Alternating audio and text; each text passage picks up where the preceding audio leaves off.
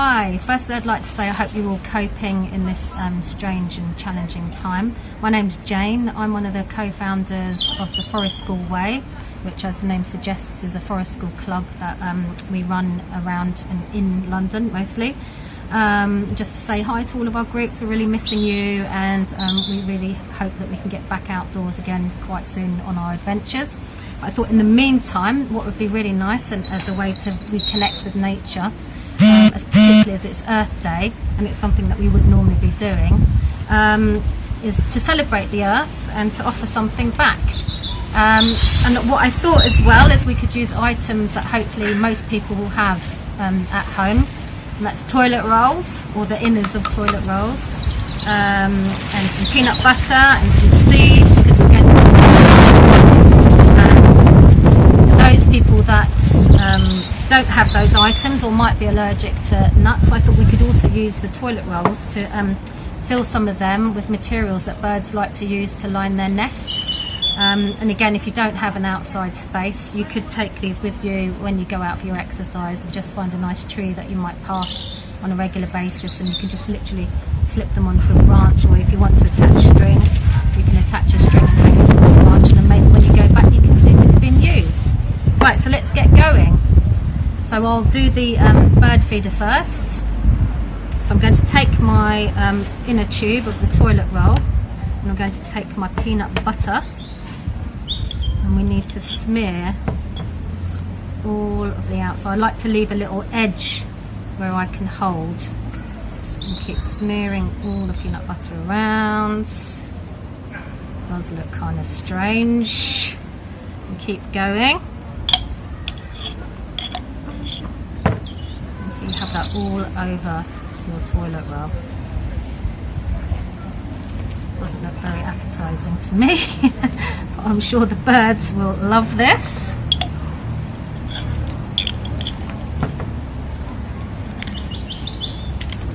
So the birds, it's springtime, the birds are really busy making nests and trying to claim territories, ready to find a mate and have their own babies or their little chicks. So they're often in need of food and nesting at this time of year. Hello, this is my cat Flick. He's just come to join us. So that's it. So I've put the peanut butter all the way around. So now what I'm going to do is to roll the toilet roll into the seed.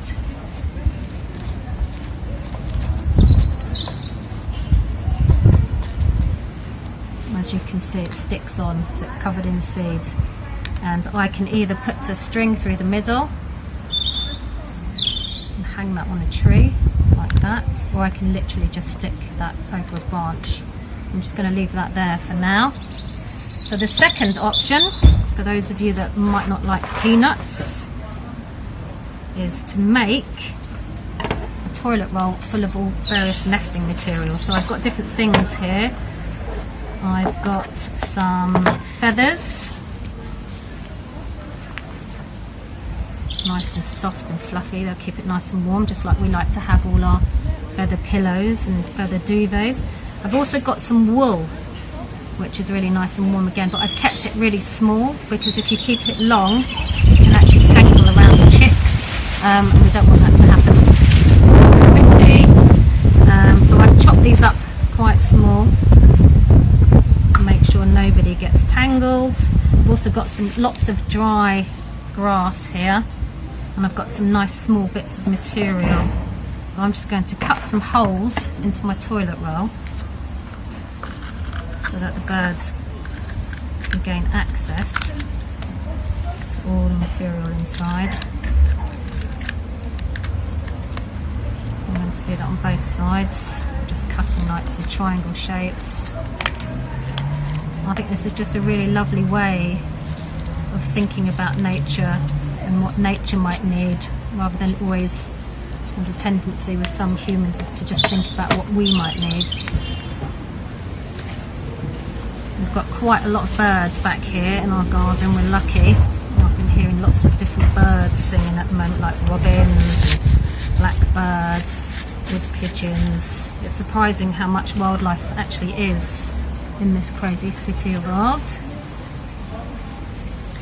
So if you do get a chance, the first week in May is supposed to be when the dawn chorus reaches its peak.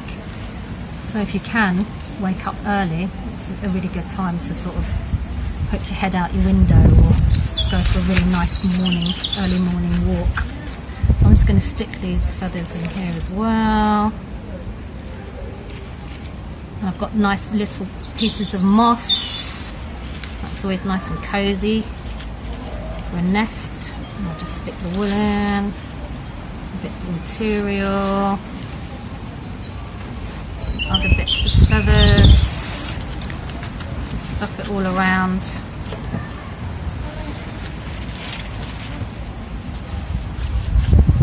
And again, I think what I probably will do with this one is put some string through the middle so that I can hang that from a branch. And hopefully someone will be appreciative and come along and line their nest with it. A nice cozy bed for their young. Whoops, lost that one. Make sure obviously you don't put it too low. Like here we've got a cat, so we have to make sure that we put it somewhere that birds can't easily be got if the cat's jumping up. So that's all nice and stuffed full of lots of different types of material. And later, because I don't have any more string with me, I will put some string through the middle and I can hang that in a tree. So I thought also what we like to do, if you do have an outside space, often on Earth Day we like to celebrate the earth and give it its birthday, and we like making a really massive mud cake. So if you're not familiar with how to do that, or you want inspiration or ideas, I do have a couple of books out already, to Play the Forest School Way and A Year of Forest School. But this is our new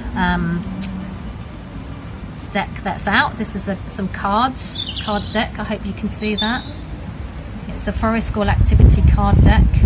It has 48 activities to do, and one of them, we've got lots of different things like survival skills,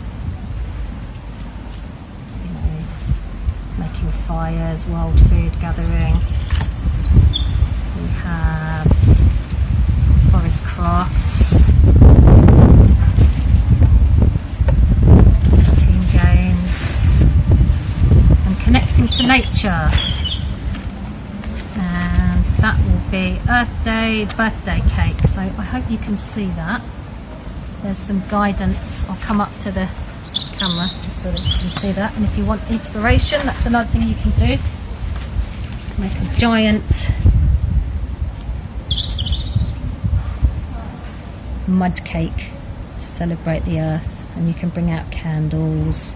You can even bring out some cake for yourself, and again you can sprinkle lots of bird seeds on that, just so that people I do see them as people, if birds want to come down and have a nibble on the cake once we're all gone, and that's a lovely thing to do as well.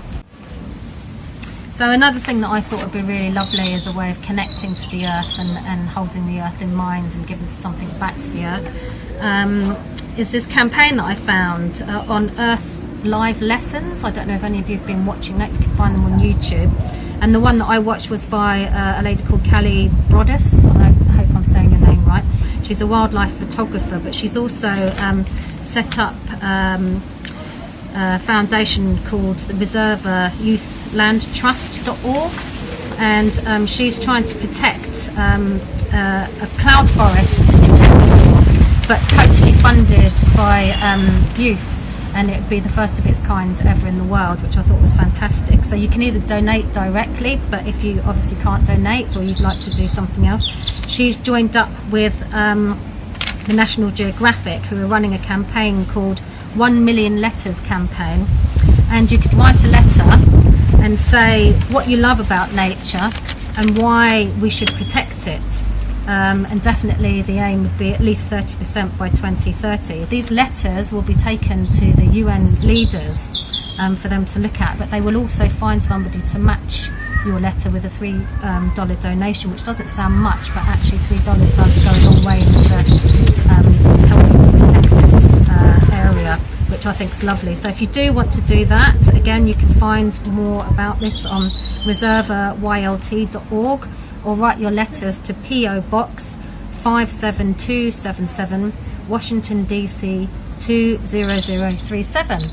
And have a fantastic Earth Day, and enjoy the sun.